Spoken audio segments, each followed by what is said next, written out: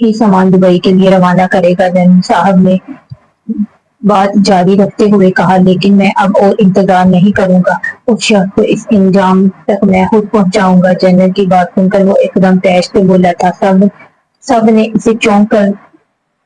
سب نے اسے دیکھا جو اچانک غصے میں بولا تھا۔ اس کی بری آنکھوں میں خون اترا ہوا تھا۔ کمانڈر، ہمیں بہت محتاط رہ کر یہ کام کرنا ہے، اس طرح غصے میں ہمیں صرف نقصان ہوگا۔ جنرل نے اس کو سمجھتے ہوئے کہا جو اپنے غصے میں سب کچھ تباہ کرنے کو تیار تھا۔ اوکے سر، جنرل کی بات سن کر اس نے لب بیچتے ہوئے کہا۔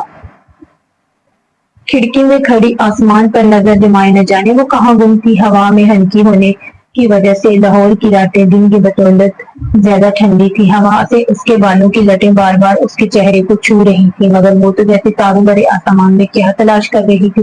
بیٹا، وہاں کیوں کھڑی ہو اور ابھی تک سوئی کیوں نہیں؟ کوئی پریشانی ہے؟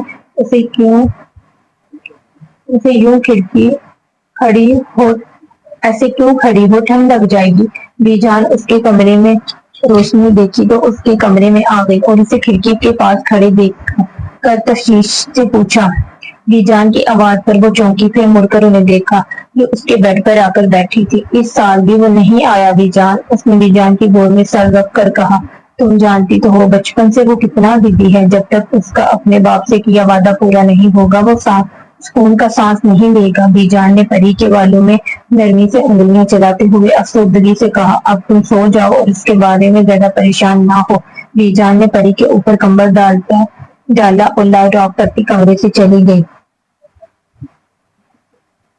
انفال ڈرائیور کے انتظار میں کھڑی تھی۔ ہنا آج چھٹی پر تھی اور ہانیہ اور سمین کو لینے آئے تو وہ چلی گئی۔ ابھی وہ واپس یونٹ کے اندر جانے لگی کہ ایک گاڑی یونٹ کے گیٹ پر رکی۔ اس نے حیرانگی سے کار میں موجود افراد کو دیکھا۔ اب کیا ایسے ہی منہ کھولے کھڑی رہو گی یا گاڑی میں بیٹھو گی؟ حائم نے انو کو اس طرح شاکڈ ہو کر منہ کھولے دیکھا تو ہلکا سا مسکرا کے بولا، بھائی آپ کب آئے؟ پتا ہے میں کب سے آپ کا ویٹ کر رہی تھی۔ انو نے اس کی گاڑی سے نکلنے پر اس کے گلے لگتے ہوئے کہا، اچھا آپ زیادہ مسکے نہ لگاؤ اور چلو پیچھے ہٹو، مباسل کو بھی ڈراپ کرنا ہے۔ حائم نے انفال کے سر پر آہستہ سے چپت لگاتے ہوئے بتایا۔ انفال مباسل کا نام سن کر اپنی بے اختیاری پر کچھ شرمندہ ہو کر گاڑی میں بیٹھی۔ السلام علیکم۔ مباسل نے ایک نظر اس پر ڈال کر اپنے محفوظ انداز میں سلام کیا۔ حائم نے انفال کے بیٹھتے ہی گاڑی سٹارٹ کی۔ انفال جو حائم سے باتیں کرتے ہوئے کب سے مباسل کو دیکھ رہی تھی، جو ونڈ سکرین سے باہر نظریں ڈبائے ہوئے تھا۔ بھائی کیا فوج کے لوگ مسکراتے نہیں ہیں؟ انفال نے مباسل پر چوٹ کی تھی اور یہ بات وہ سمجھ گیا تھا کیونکہ انفال کی باتوں کا جواب حائم ہنستے ہوئے ہی دے رہا تھا۔ تمہیں کس نے بولا یہ؟ اور میں تو کب سے تمہارے ساتھ مسکراتے ہوئے جواب دے رہا ہوں۔ حائم نے اس کی اس طرح چونک کر کہا، نہیں کسی نے نہیں، میں تو ایسے ہی پوچھ رہی تھی۔ انفال نے اس کی بات پر گھبرا کر کہا۔ حائم نے ایک بیکری کے سامنے گاڑی روکی اور اتر کر بیکری میں چلا گیا۔ حائم کے جانے کے بعد اس نے ایک نظر سامنے بیٹھے شخص کو دیکھا جو ونڈ سکرین سے باہر دیکھ رہا تھا۔ آپ اتنا روڈ کیوں رہتے ہیں؟ مطلب ہر وقت آپ کے چہرے پر اتنی سنجیدگی رہتی ہے؟ بہت ہمت کر کے اس نے اپنے دل میں اٹھتے سوال کو پوچھ ڈالا۔ اس نے ویکیوم مرر سے پیچھے بیٹھی لڑکی کو دیکھا۔ آپ کو ایسا کیوں لگا؟ مباسل نے سرد مہری سے کہا، کیا آپ کسی سے محبت کرتے ہیں؟ وہ خود بھی نہیں جانتی تھی کہ اس نے یہ سوال کیوں کیا۔ ہاں، جواب کچھ سیکنڈ بعد آیا۔ اس کے ہاں کہنے پر انفال کے اندر کچھ ٹوٹا تھا۔ رخ موڑ کے وہ باہر بیکری کی طرف دیکھنے لگی جہاں سے حائم اب کچھ شاپر پکڑے باہر آ رہا تھا۔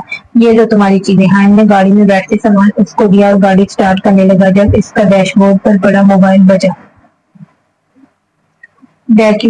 بیکویو مرر سے مباسل نے ایک نظر اسے دیکھا جو لیلن کے پرنٹڈ سوٹ میں دوپٹہ گلے میں اسٹالر کی طرح لیے ہوئے تھی۔ سفید رنگت، کھلی ناک، انابی لب، گھنے کالے بال اور بوڑھی آنکھیں جو اس کی بات سن کر اداس نظر آ رہی تھی۔ اپنے اوپر کسی کی نظریں محسوس کرتے اس نے سر اٹھا کر مرر میں دیکھا۔ ایک پل کو دونوں بری آنکھیں ملی۔ مباسل نے فوراً اپنی نظروں کا رخ موڑا، نہ جانے وہ ان آنکھوں میں دکھ نہ دیکھ سکا۔ ہمیں ابھی واپس جانا ہے۔ حائم نے فون بند کرتے ہوئے مباسل کو کہا۔ ٹھیک ہے، اس نے بولا۔ الفال کو گھر ڈراپ کر کے وہ واپس چلے گئے۔ یہ سارا سامان آج رات کراچی پورٹ سے دبئی بھیجنا ہے اور دھیان رہے کسی کو بھی اس کا پتہ نہ چلے۔ وہ اپنے سامنے کھڑے آدمی سے بولا، سرکار اگر پھر وہ لوگ ہم تک پہنچ گئے تو؟ ایک آدمی نے ڈرتے ڈرتے کہا، نہیں پہنچیں گے، آج رات یہ سب دبئی بھیجنا ہے لازمی، ورنہ شیر ہمیں چھوڑے گا نہیں۔ اب تم لوگ دفع ہو اور کام کرو، جاؤ۔ عمران نے اپنی بات مکمل کرتے آخر میں غصے سے ان آدمیوں کو کہا، نوجوانوں آج کی رات ہمارے لیے بہت خاص ہے، آج ہم اس عمران کو رنگے ہاتھوں پکڑیں گے۔ جنرل نے اپنے سامنے موجود فوجی جوانوں سے کہا، کراچی پورٹ سے آج منشیات اور سمگلنگ کا سامان دبئی جائے گا اور اس سے پہلے ہمیں ان لوگوں کو پکڑنا ہے۔ انہوں نے تمام جوانوں کو بریف کرتے ہوئے کہا، کمانڈوز عثمان، ہادی، کامران، آپ لوگ پیچھے سے فوجی جوانوں کے ساتھ حملہ کریں گے۔ مباسل، حائم، اویس، آپ لوگ آگے سے جائیں گے اور حذیفہ، عدیل جوانوں کے ساتھ باہر نظر رکھیں گے۔ جنرل حمدان صاحب ان کو ان کی پوزیشن کے بارے میں بتایا۔ پاکستان زندہ باد، سب نے یک زبان ہو کر نعرہ لگایا اور باہر کی طرف بڑھے جہاں ان کی گاڑیاں تیار کھڑی تھیں۔ دادا جان، بس آپ اسے اب واپس بلائیں، اتنے سال کیسے کوئی اپنے سے دور رہتا ہے؟ وہ عمیر صاحب کو چائے دینے آئی تھی۔ انہیں فارغ دیکھ کر اس نے حقیقی سے کہا، وہ نہیں آئے گا جب تک اپنے والدین سے کیا عہد پورا نہ ہو جائے۔ انہوں نے سرد آہ بھرتے ہوئے بولا، بہت چاہتے تھے کہ اب وہ واپس آ جائے، کیا ہم سے ملنے بھی نہیں آ سکتا؟ میں جانتی ہوں یہ وعدہ پورا کرنا ضروری ہے، لیکن کم از کم وہ ہر مہینے نہ صحیح سال میں ایک دو بار آ جائے۔ فریسا کے چہرے پر ہنسی صاف ظاہر ہو رہی تھی۔ اچھا، آپ پریشان نہ ہوں، میں بات کروں گا اس سے۔ انہوں نے پری کو اپنے ساتھ لگاتے ہوئے دلاسا دیا، کیونکہ وہ جانتے تھے وہ ان کی ایک نہیں سنے گا۔ جلدی سب کنٹینرز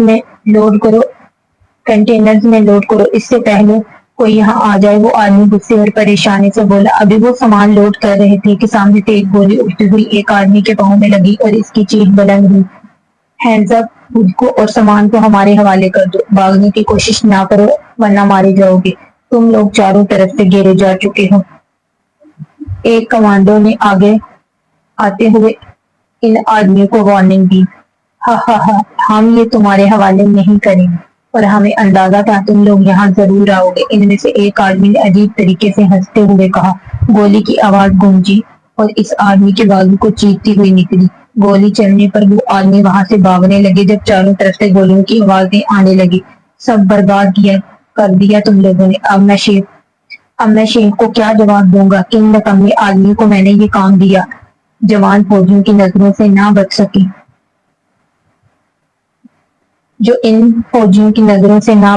عمران نے اس وہمی آدمی کو دیکھ کر پھنکارا۔ ان لوگوں نے سب سمگلنگ کا سامان قبضے میں لیا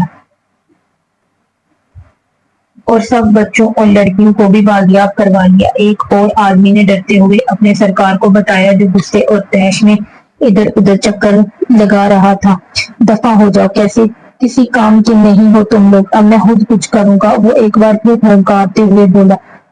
وہ چاروں یہیں کے گراؤنڈ میں بیٹھی تھی۔ سمین اور ہانی ایک ناول پڑھنے میں مصروف تھی اور ہینا انگلش کے نوٹس بنا رہی تھی، جبکہ وہ نہ جانے کدھر کھوئی ہوئی تھی۔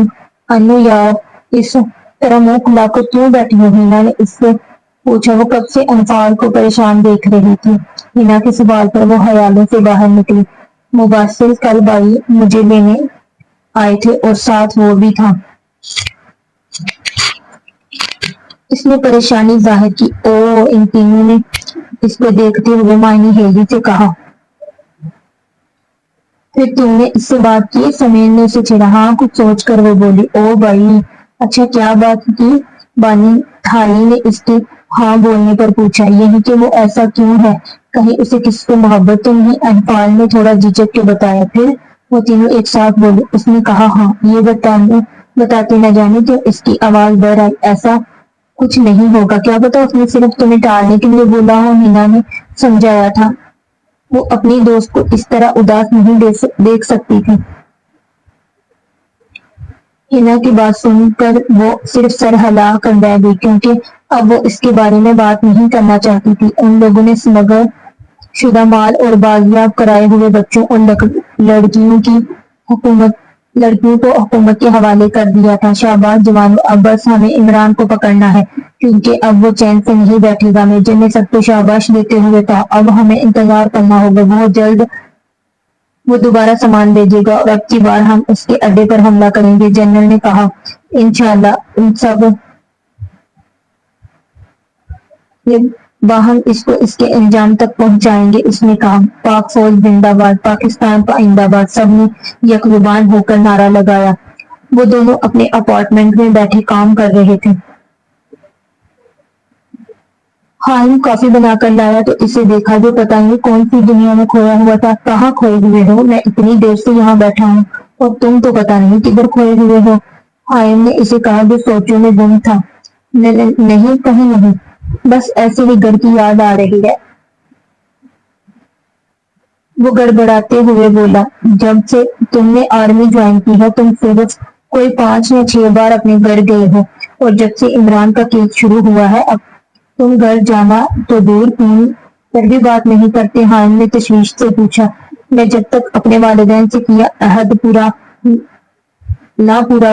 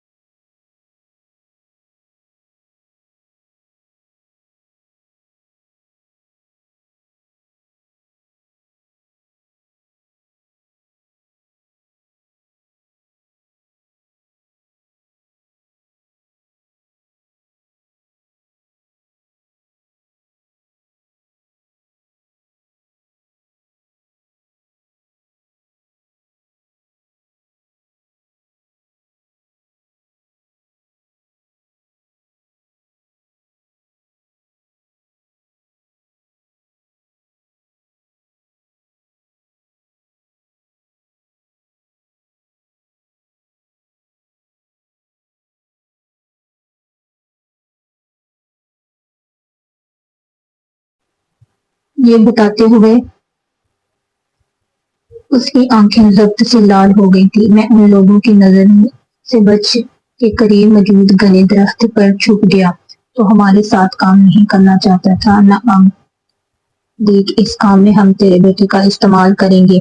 ہا ہا ہا۔ وہ آدمی عمران تھا جو میرے بابا کی لاش کے قریب بیٹھا تھا، بے ہنگم طریقے سے ہنستے ہوئے بولا تھا۔ اس کی بات سن کر میں سہم گیا تھا اور اللہ سے مدد کی دعا کرنے لگا۔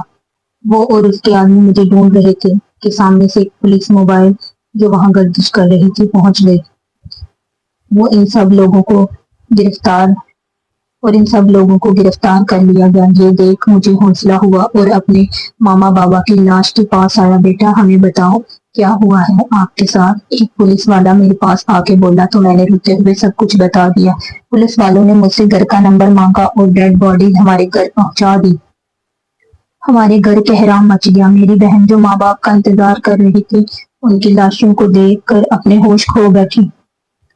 ماما بابا کی ڈیتھ کے بعد مجھے اور میری بہن کو دادا اور دادی دوسرے شہر لے گئیں۔ میرے دادا اور دادی نے ہم دونوں بہن بھائی کو اب بہت مشکل سے سنبھالا تھا۔ ایک بار میں نے دادا سے پوچھا، ماما بابا اتنی جلدی کیوں چلے گئے؟ سب لوگ کیوں اس دنیا سے چلے جاتے ہیں؟ تو دادا نے کہا، بیٹا ہم زندگی جیتے ہیں لیکن صرف مرنے کے لیے۔ یہ دنیا فانی ہے، کوئی یہاں ساری عمر نہیں رہتا، ایک دن سب نے جانا ہوتا ہے۔ اللہ نے ہمیں اس دنیا میں اپنی عبادت کے علاوہ کسی نہ کسی نیک کام کے لیے اس دنیا میں بھیجا ہے۔ اس دن میں نے یہ عہد کیا کہ میں اپنے ماں باپ کی موت کا بدلہ اس ظالم انسان سے ضرور لوں گا تاکہ وہ دوبارہ کسی بچے کے سر سے ماں باپ کا سایہ نہ چھینے۔ کیونکہ عمران اپنے سورسز ہونے کی وجہ سے جیل سے باہر آ گیا تھا، میں نے اس دن اپنے بابا سے یہ عہد کیا کہ میں ان کے قاتل کو اس کے انجام تک پہنچا کے رہوں گا۔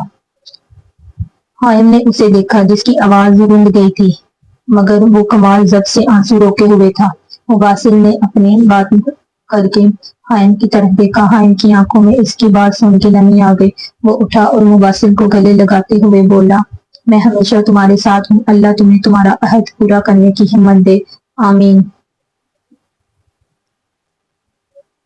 2 ماہ بعد وہ یوں ہی واپس آ رہی تھی جب ڈرائیور نے اچانک گاڑی روکی۔ سڑک تقریباً سنسان تھی۔ بھائی گاڑی کیوں روک دی؟ اس نے پریشانی سے پوچھا۔ میڈم شاید پیٹرول ختم ہو گیا ہے، ڈرائیور گاڑی چیک کرتے ہوئے بولا۔ ابھی کچھ منٹ گزرے تھے، اس نے بابا کو فون کر کے دوسری گاڑی بھیجنے کا بول دیا تھا، تبھی ایک کیری ڈبہ وہاں آ کے رکا اور چند نقاب پوش آدمی اس میں سے باہر نکلے۔ گاڑی کا دروازہ کھول ورنہ ہم تجھے مار دیں گے، ایک نقاب پوش آدمی نے ڈرائیور سے کہا۔ یہ سن کر پیچھے بیٹھی انفال ڈر گئی تھی۔ کچھ دنوں سے اسے محسوس ہو رہا تھا جیسے کوئی اس پر نظر رکھے ہوئے ہے، لیکن ان لوگوں کو دیکھ کر صحیح معنوں میں اسے زمین اپنے پاؤں سے نکلتی ہوئی محسوس ہوئی۔ کون لوگ ہو تم اور کیوں دروازہ کھولنے ہم؟ وہ ہمت کر کے بولی۔ اے لڑکی، تو اپنی زبان بند کر اور چپ چاپ گاڑی سے اتر، ایک آدمی غصے میں اسے بولا۔ جب ڈرائیور نے دروازہ نہیں کھولا تو ایک آدمی نے گاڑی کے ٹائر پر فائر کیا۔ اب اگر دروازہ نہ کھولا تو یہ گولی تیرے بیجے میں اتاروں گا، وہ آدمی طیش میں ڈرائیور سے بولا۔ اس کی دھمکی دینے پر ڈرائیور اور اس کی روح کانپ گئی۔ بھائی آپ دروازہ کھول دیں ورنہ یہ لوگ ہمیں مار دیں گے، انفال نے ڈرتے ہوئے کہا۔ ڈرائیور کے دروازہ کھولنے کی دیر تھی، ان آدمی نے ڈرائیور کو گلے میں انجیکشن لگا کر بے ہوش کر دیا اور انفال کے منہ پر رومال رکھ کے اس کی آواز بند کی جو چیخنے لگی تھی۔ وہ اسے اٹھا کر گاڑی میں ڈال کر لے گئے۔ وہ سب لوگ آج ایک بار پھر عمران کے پکڑنے کا لاہے عمل طے کر رہے تھے جب کسی کا موبائل رنگ ہوا۔ خائن نے ایکسکیوز کرتے ہوئے فون اٹھایا۔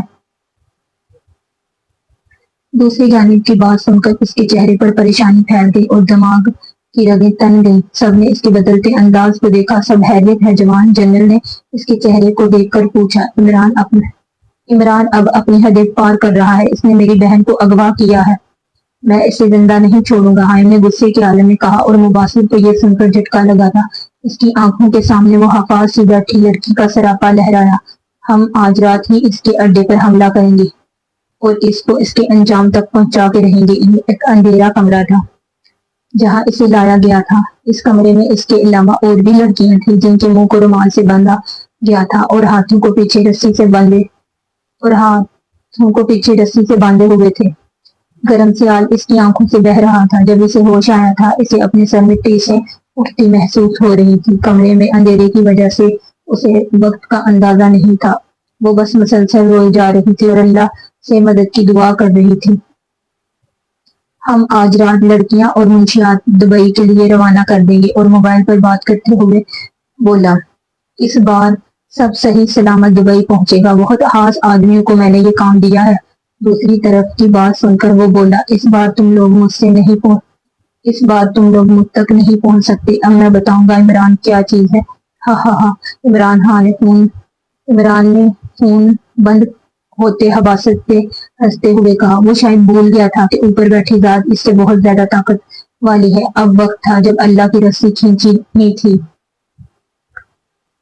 ہم آگے کے دروازے سے جائیں گے، ہادی اور اویس پیچھے کی جانب جوانوں کو لے کر اندر جائیں گے۔ ہم نے چاروں طرف سے اس گھر کو گھیر لیا ہے، میجر نے ان کو پوزیشن سے آگاہ کرتے ہوئے کہا۔ وہ آہستہ آہستہ دبے قدموں اندر کی جانب بڑھ رہے تھے جب اس کی نظر ایک لکڑی کے دروازے پر پڑی جسے باہر سے تالا لگا ہوا تھا۔ وہ 2 جوانوں کو لے کر اس دروازے کی طرف بڑھا اور تالے کو بغیر آواز پیدا کیے توڑ ڈالا۔ دروازہ کھلنے پر جو منظر اسے دیکھا وہ اس کا خون کھلا گیا۔ وہ اس کے سامنے تھی، آنکھیں رونے کی وجہ سے سوج گئی تھیں، چہرے پر آنسو کے نشان تھے، بال پونی سے نکل کر اس کے چہرے کو چھو رہے تھے، منہ کو رومال اور ہاتھوں کو پیچھے رسی سے باندھا ہوا تھا۔ اس کمرے میں اور بھی لڑکیاں تھیں جن کی حالت بھی کچھ اسی کی طرح تھی۔ وہ انفال کے احساسات کے بارے میں جانتا تھا مگر کبھی ظاہر نہیں ہونے دیا تھا، مگر آج اسے اس حالت میں دیکھ اس کے دل کو کچھ ہوا تھا۔ اس نے آگے بڑھ کر اس کے بندھے ہوئے ہاتھ کھولے اور جوانوں کو بھی باقی لڑکیوں کو کھولنے اور بحفاظت باہر نکالنے کا کہتے انفال کے منہ پر بندھا رومال کھولا۔ وہ پہلی بار اسے اتنے قریب سے دیکھ رہا تھا جب انفال نے اپنی بوجھل ہوتی آنکھوں کو کھول کر اسے دیکھا۔ چلو اٹھو، ہمیں یہاں سے جلدی نکلنا ہے۔ اس نے انفال کے چہرے سے نظریں ہٹا کر کہا۔ چلو شاباش، جب کوئی جواب نہ آیا تو اس نے اس کی طرف اپنا ہاتھ بڑھاتے ہوئے کہا۔ انفال نے تھوڑا جھجک کے اس کے ہاتھ پر اپنا ہاتھ رکھ کر کھڑی ہو گئی۔ باقی لڑکیوں کو پیچھے کے دروازے سے باہر نکال دیا گیا تھا۔ ابھی وہ دونوں کمرے سے نکلنے لگے جب گولیوں کی آوازیں گونجنے لگی۔ اس طرف مباسل نے ایک طرف اشارہ کرتے ہوئے اسے اپنے ساتھ آنے کو کہا۔ وہ پیچھے کے دروازے کی طرف بڑھ رہے تھے جب ایک گولی مباسل کے بازو کو چھوتی ہوئی گزری۔ اس نے انفال کو اپنے پیچھے کیا اور سامنے کھڑے شخص کو دیکھ اس کی آنکھوں میں خون اتر آیا۔ بہت جلدی ہے یہاں سے بھاگنے کی؟ ہا ہا ہا، وہ آدمی ہنستے ہوئے بولا۔ انفال ان سب سے بے خبر اس کے بازو سے نکلنے والے خون کو دیکھ رہی تھی۔ تم عمران، تجھے تو میں اپنے ہاتھوں سے مارنے کا خواہش مند ہوں۔ اپنے بابا سے کیا عہد آج پورا ہوگا۔ مباسل نے سامنے کھڑے عمران کو غصے میں دیکھتے ہوئے کہا۔ کون ہو تم؟ عمران کچھ شک سے بولا۔ وہی جس کے ماں باپ کو تم نے بے دردی سے قتل کیا تھا، صرف اس لیے کہ میرے بابا نے تمہارے ساتھ اس گندے کام میں ساتھ نہیں دیا، وہ تیز سے بولا تھا۔ اس کی آنکھوں میں جنون تھا جو سامنے والے کو ختم کر دینے کے لیے کافی تھا۔ تم فاروق افندی کے بیٹے ہو؟ عمران کے چہرے پر ایک رنگ آ اور جا رہا تھا۔ واؤ، تو تمہیں یاد ہے، تو یہ بھی یاد ہوگا کس بے دردی سے قتل کیا تھا۔ اب تمہاری باری، تمہارا کھیل ختم۔ عمران، مباسل نے غصے میں چیختے ہوئے کہا۔ پیچھے کھڑی انفال کو ایک طرف اشارہ کرتے باہر جانے کا بول کر دوبارہ عمران کی طرف بڑھا۔ تم بھی اپنے ماں باپ کی طرح آج میرے ہاتھوں قتل ہوگے، عمران نے غصے میں پھنکارتے ہوئے کہا اور اپنے ہاتھ میں موجود گن سے دوسری جانب اشارہ کرتے ہوئے ہنسا۔ مباسل نے اس کی نظروں کے تعاقب میں دیکھا اور ایک پل کو اسے لگا جیسے کسی نے اس کا دل دبوچ لیا۔ ایک آدمی انفال کے ماتھے پر گن رکھے ہوئے تھا۔ اگر اس لڑکی کی زندگی چاہتے ہو تو اپنی گن نیچے رکھو اور خود کو ہمارے حوالے کر دو، عمران نے ساکت کھڑے مباسل کو کہا۔ اس معصوم کو جانے دو عمران، ورنہ میں بہت برا پیش آؤں گا، وہ غصے سے داڑا۔ عمران نے جیسے ہی انفال کو اپنے گن کے نشانے پر رکھ کر ٹریگر کو دبانے لگا جب ایک گولی ہوا کو چیرتی ہوئی اس کے ہاتھ سے پار ہوئی اور اس کے اڈے میں اس کی ہولناک چیخ بلند ہوئی۔ انفال جس نے ڈر کے آنکھیں مچی ہوئی تھی، عمران کی چیخ پر ایک دم کھولی اور اس محافظ کو دیکھا جو اپنے زخمی بازو کی پرواہ کیے بغیر عمران کے سینے میں گولیاں اتار چکا تھا۔ گولیوں کی آواز سنتے باقی کمانڈر اور فوجی سپاہی وہاں پہنچے۔ حائم کو سامنے دیکھ انفال روتی ہوئی اس کے سینے سے لگی۔ اس کو اور اس کے آدمیوں کو گاڑی میں ڈالو اور حائم، آپ ان کو گھر لے جائیں۔ جنرل نے پہلے حذیفہ اور کامران کو حکم دیا، پھر حائم سے بولے، مباسل افندی، آپ نے بہت اچھا کام کیا، ورنہ آج اگر یہ پھر بھاگ جاتا تو اسے پکڑنا مشکل تھا۔ پراؤڈ آف یو، میجر نے اس کی پیٹھ تھپکی۔ کمانڈر، آپ بازو پر ڈریسنگ کرائیں اور آرام کریں، جنرل نے اس کے زخمی بازو کو دیکھ کر کہا۔ آج اس کا اپنے باپ سے کیا عہد پورا ہوا تھا، جس انتقام کی آگ میں وہ جھلس رہا تھا، اب وہ آگ بجھ چکی تھی۔ ایک ہفتے بعد وہ اپنا سامان ایک بیگ میں رکھ رہا تھا اور حائم سامنے صوفے پر لیٹا موبائل چلا رہا تھا جو مباسل نے اسے مخاطب کیا۔ انفال اب کیسی ہے؟ اس نے تھوڑا جھجک کے حائم سے انفال کے بارے میں پوچھا، جو اس واقعے سے کافی ڈر گئی تھی۔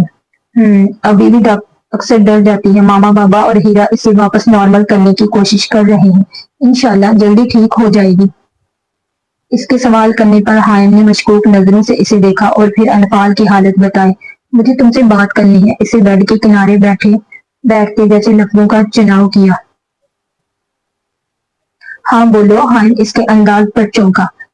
میں انفال سے نکاح کرنا چاہتا ہوں، اس نے بات مکمل کر کے سینے میں دبی سانس ہوا کے حوالے کرتے حائم کو دیکھا۔ حائم کا چہرہ کسی بھی قسم کے تعصب سے عاری تھا۔ وہ حائم کے جواب کا انتظار کیے بغیر دوبارہ اٹھ کر بیگ میں سامان رکھنے لگا۔ میں گھر والوں اور انفال سے پوچھے بغیر تمہیں کوئی جواب نہیں دے سکتا۔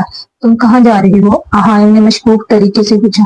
ہاں، ایک کام ادھورا رہ گیا تھا، وہی کرنے جا رہا ہوں، اس نے ہلکے سے ہنستے ہوئے بیگ بند کرنے لگا۔ نہ جانے کتنے وقت بعد وہ مسکرایا تھا اور حائم نے دل ہی دل میں اس کے ایسے ہی مسکرانے کی دعا کی تھی۔ بی جان میں کہہ رہی ہوں جب تک وہ نہیں آئے گا آپ ان رشتے والوں کو ہاں نہیں بولیں گی۔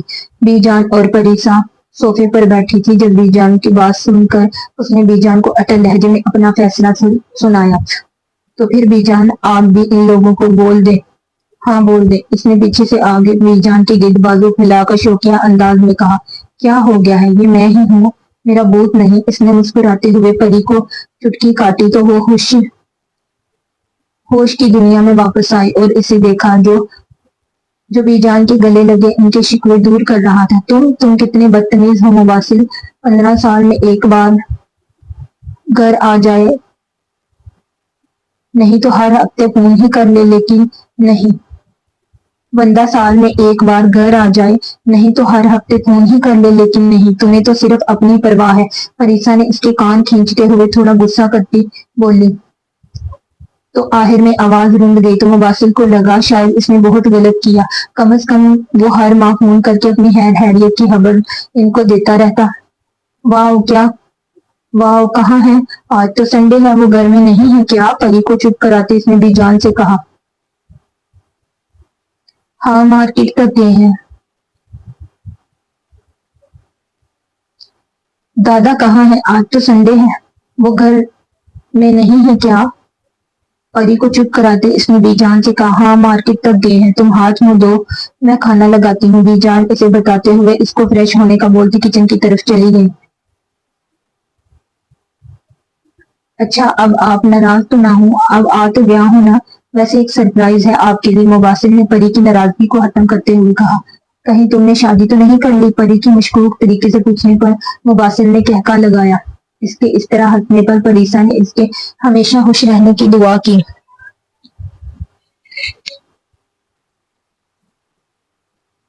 وہ ویکینڈ پر گھر آیا تھا۔ اس کا ارادہ پہلے انفال سے بات کرنے کا تھا مگر آسیہ بیگم نے بتایا وہ اپنے دوستوں کے ساتھ باہر گئی ہے تو وہ حیدر صاحب کے کمرے میں آیا۔ ماما پاپا مجھے آپ لوگوں سے بات کرنی ہے، اجازت لیتے وہ کمرے میں آیا۔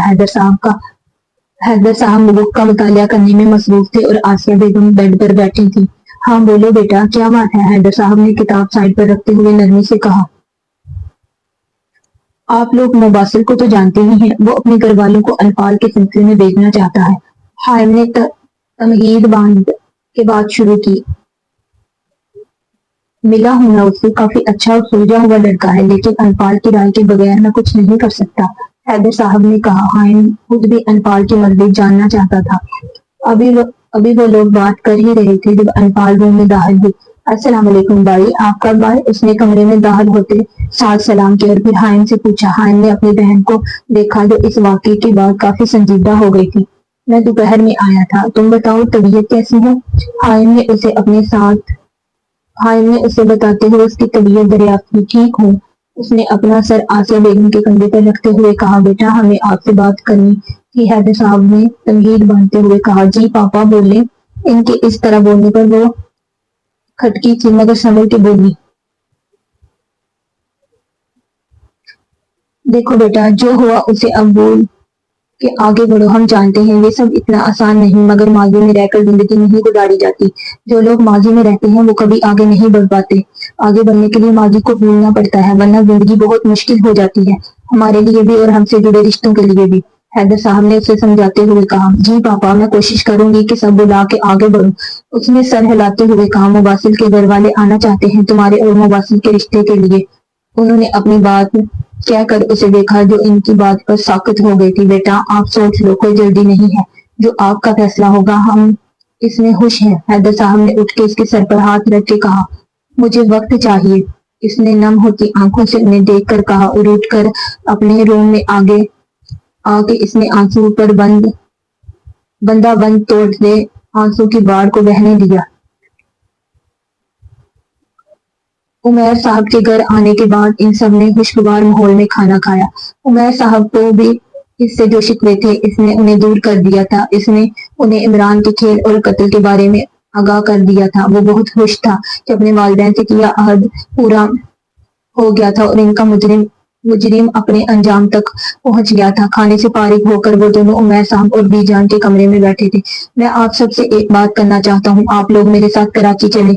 مباسل نے بات کرتے ان تینوں کو دیکھا۔ کراچی کیوں جانا ہے؟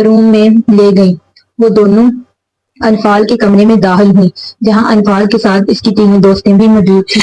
لائٹ پرپل کلر کی گھٹنوں تک آتی فراک کے ساتھ وائٹ چوڑی دار پاجامہ پہنے، کانوں میں سفید موتی والی بالیاں، بالوں کی فرنٹ چوٹی بنائے، ہلکے میک اپ میں بہت حسین لگ رہی تھی۔ ماشاءاللہ، مجھے نہیں پتا تھا میرے بھائی کی پسند اتنی اچھی ہے، پری نے انفال کو دیکھتے بے ساختہ کہا، جس پر انفال کے گال سرخ ہو رہے تھے۔ لڑکیوں چلو سب باہر، سب انفال کا انتظار کر رہے ہیں۔ آسیہ بیگم نے انفال کی نظر اتارتے کہا۔ ہنا اور سمین اسے باہر لاؤنج میں لے آئیں اور ہانیہ نے مٹھائی لا کر سینٹر ٹیبل پر رکھی۔ مباشر انفال کو آتے دیکھ کھڑا ہو گیا، اس کی نظر انفال پر سے ہٹ ہی نہیں رہی تھی۔ انفال نے خود پر کسی کی نظروں کو محسوس کرتے سر اٹھا کے اسے دیکھا جو سب سے بے نیاز اسے دیکھنے میں مصروف تھا۔ مباشر کی نظروں سے نہ جانے کیوں وہ خود میں سمٹی اور نظریں جھکا گئی۔ انفال کو اس کے ساتھ لا کے بٹھایا گیا۔ آپ اجازت دیں تو ہم منگنی کی انگوٹھی انفال کو پہنا دیں۔ بی جان نے حیدر صاحب اور آسیہ بیگم سے اجازت مانگی تو ان کے ہاں کہنے پر بی جان نے انگوٹھی مباشر کے ہاتھ میں دی، جسے مباشر نے انفال کو پہنایا۔ بہت بہت مبارک ہو، حیدر صاحب نے مباشر کو گلے لگاتے ہوئے کہا۔ ہم چاہتے ہیں کہ پری کی شادی کے بعد ہی مباشر کی شادی ہو جائے، عمیر صاحب نے کہا۔ اب سے انفال آپ کی امانت ہے، جب چاہیں لے جائیں، حیدر صاحب نے عمیر صاحب کو تسلی دیتے ہوئے کہا۔ ٹھیک ہے، پھر اگلے مہینے کی 15 تاریخ کو ہم اپنی امانت آپ سے لینے آئیں گے اور ہمیں کسی جہیز کی ضرورت نہیں ہے، بس اب آپ لوگ شادی کی تیاری شروع کریں، عمیر صاحب نے شادی کی تاریخ بتانے کے بعد کہا۔ انفال اب اپنی دوستوں اور پری کے درمیان بیٹھی تھی، لیکن مسلسل اس کی نظروں کی تپش خود پر محسوس کرتے اس نے آسیہ بیگم سے اندر جانے کا بولا تو انہوں نے اسے کمرے میں بھیج دیا۔ وہ جو حائم کے ساتھ باتوں میں مصروف تھا مگر دھیان انفال پر تھا۔ انفال کے اندر جانے کے بعد اس کے چہرے پر مسکراہٹ پھیل گئی۔ دونوں گھروں میں شادی کی تیاریاں زور و شور سے ہو رہی تھیں۔ شادی سے ایک ہفتے پہلے مباشر کے گھر والے اور رشتہ دار کراچی آ گئے۔ آج مہندی تھی، جو کہ حیدر ولا میں ہی کمبائن رکھی گئی تھی۔ اسٹیج کو گیندے کے زرد پھولوں سے سجایا گیا تھا۔ پورا حیدر ولا روشنیوں میں نہایا ہوا تھا۔ مباشر کی فیملی جب حیدر ولا پہنچی تو ان کا استقبال بہت پرتواق طریقے سے ہوا۔ مباشر سفید کرتے پر ہرے رنگ کی واسکوٹ پہنے ہوئے بہت پرکشش لگ رہا تھا۔ مباشر کو اسٹیج پر بٹھانے کے بعد انفال کو لایا گیا، جو پیلے اور ہرے رنگ کی امتزاج کی ٹہنوں تک آتی فراک کے ساتھ پیلے رنگ کا دوپٹہ سر پر اچھے سے سیٹ ہوا اور ہلکے میک اپ میں بہت خوبصورت لگ رہی تھی۔ انفال کے اسٹیج کے قریب آنے پر مباشر نے اپنا ہاتھ انفال کی طرف بڑھایا، جسے انفال نے نظر اٹھا کر اسے دیکھا اور اپنا مہندی سے سجا ہاتھ اس کے ہاتھ پر رکھ دیا، جس پر ساری ینگ جنریشن نے ہوٹنگ کی۔ دونوں کے اسٹیج پر بیٹھنے کے بعد مہندی کی رسم شروع ہوئی۔ مباشر کے برابر بیٹھی انفال کا دل زور زور سے دھڑک رہا تھا۔ اس کے دل میں ابھی بھی یہی سوال گردش کر رہا تھا کہ وہ اس سے شادی کیوں کر رہا ہے، جبکہ وہ تو کسی اور کو پسند کرتا ہے۔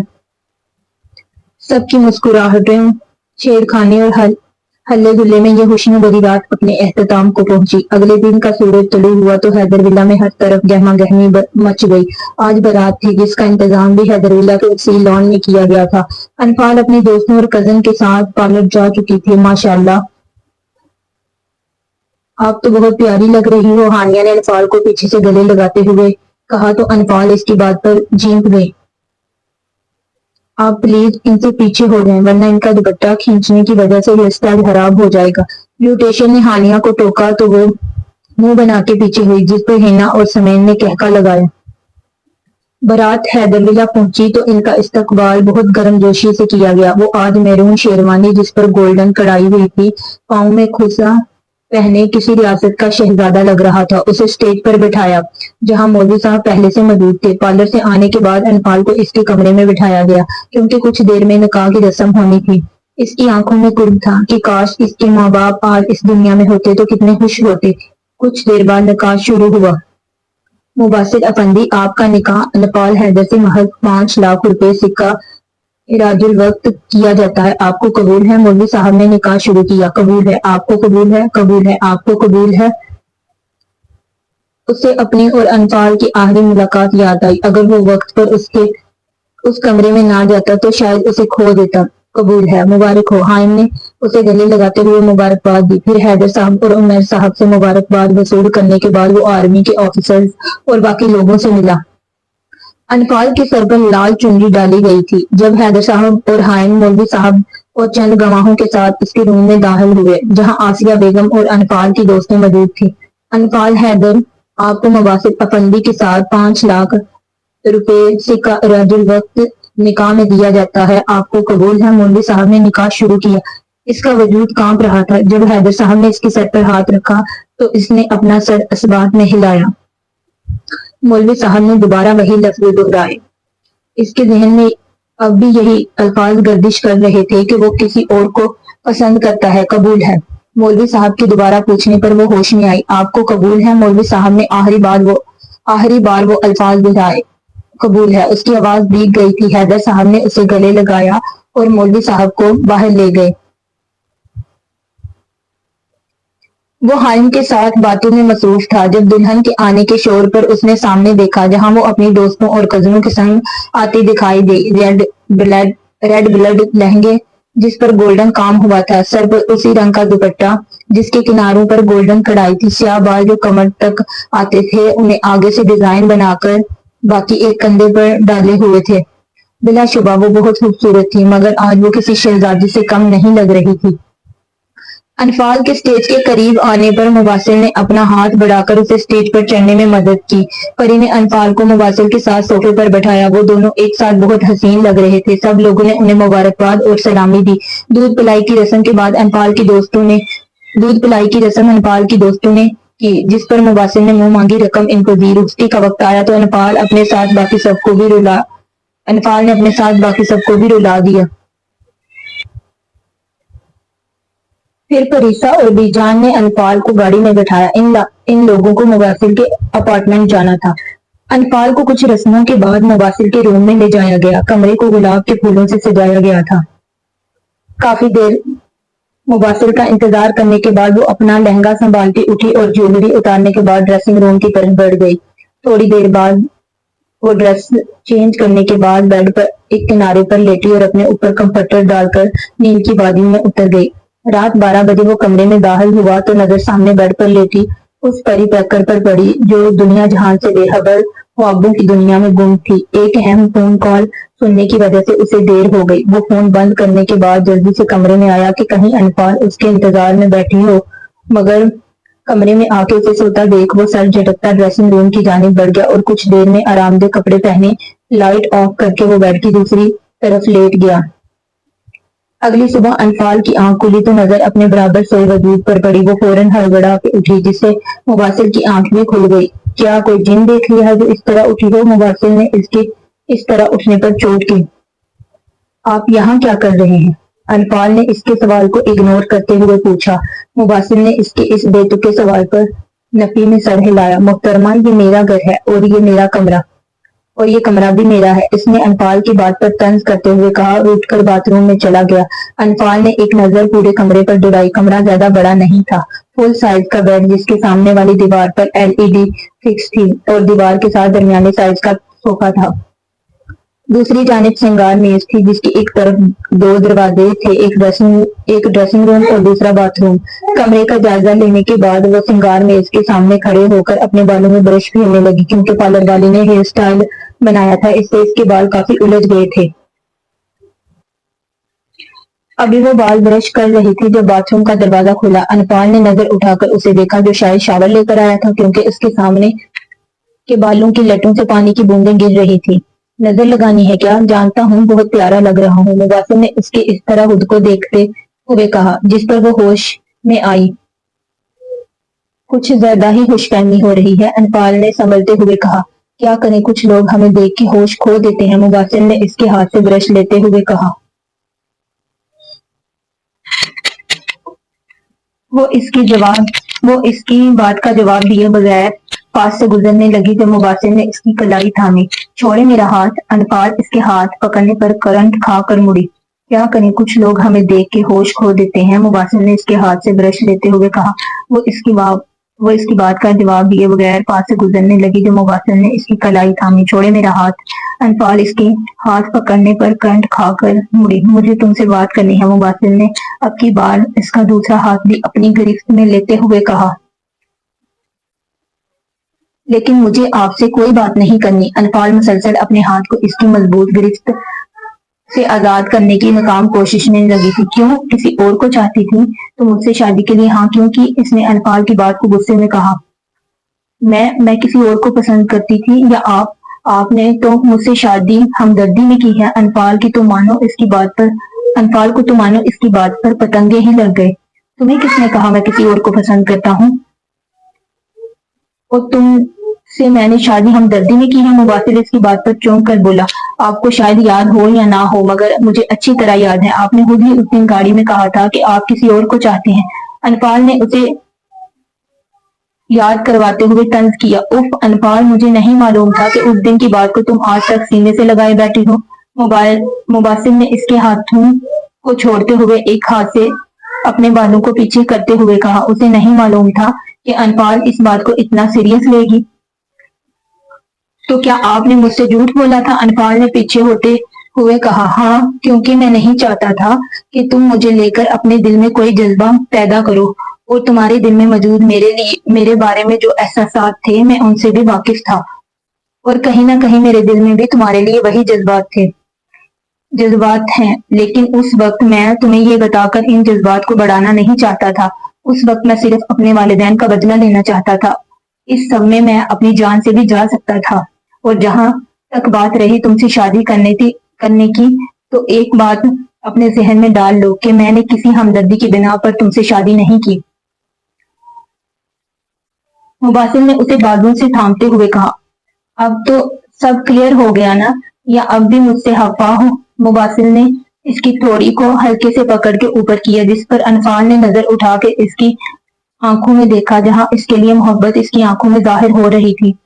سوری مباسل میں نہ جانے کیا کیا بول گئی. انفال اس کی آنکھوں میں زیادہ دیر نہیں دیکھ پائی اور مباسل کے سینے سے لگ کر رونے لگی جس پر مباسل نے اس کے گرد اپنے بازو کا حصار باندھا اور اس کے بال سہلانے لگا. اچھا اب رونا بند کرو اور فریش ہو کر آؤ. مباسل نے کچھ دیر بعد اسے خود سے الگ کرتے ہوئے کہا جس پر وہ سر ہلاتی باتھ روم میں فریش ہونے چلی گئی.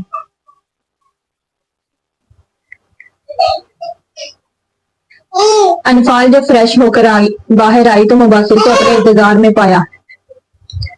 مباسل نے انفال کا ہاتھ نرمی سے تھام کر اس میں خوبصورت سا بریسلٹ پہنا کر اس کے ہاتھ اپنے لبوں سے لگائے. یہ تمہاری منہ دکھائی. کل رات جب میں آیا تو تم سو گئی تھی. مباسل نے انفال کے شرمائے ہوئے چہرے کو دیکھ کر کہا. چلو باہر چلتے ہیں. ناشتہ لگ چکا ہے. اور وہ سر ہلاتی اس کے پیچھے ڈائننگ ہال کی طرف بڑھ گئی جہاں سب ناشتے پر اس کا انتظار کر رہے تھے. وہ دونوں سٹیج پر بیٹھے تھے. آج ان کا ولیمہ تھا جو لاہور کی ایک مارکی میں ارینج کیا گیا تھا. انفال پیچ رنگ کی میکسی ریبتن کیے ہوئے تھی جبکہ مباسل نے بلیک پینٹ کوٹ پہنا ہوا تھا. مباسل نے آگے ہو کر انفال کے کان میں کچھ کہا جس پر وہ کھلکھلا کر ہنسی تھی اور کیمرہ مین نے اس منظر کو اپنے کیمرے میں محفوظ کیا. ان دونوں کو مسکراتا دیکھ چاند تاروں نے ان کے ہمیشہ مسکرانے کی دعا کی. خط مشہود بہت ہی اچھی ناول تھی. مجھے بڑی پسند آئی. شارٹ سی ناول تھی. تو انشاءاللہ نیکسٹ ناول کے ساتھ پھر حاضر ہوں گی. اجازت دیجیے. اللہ حافظ.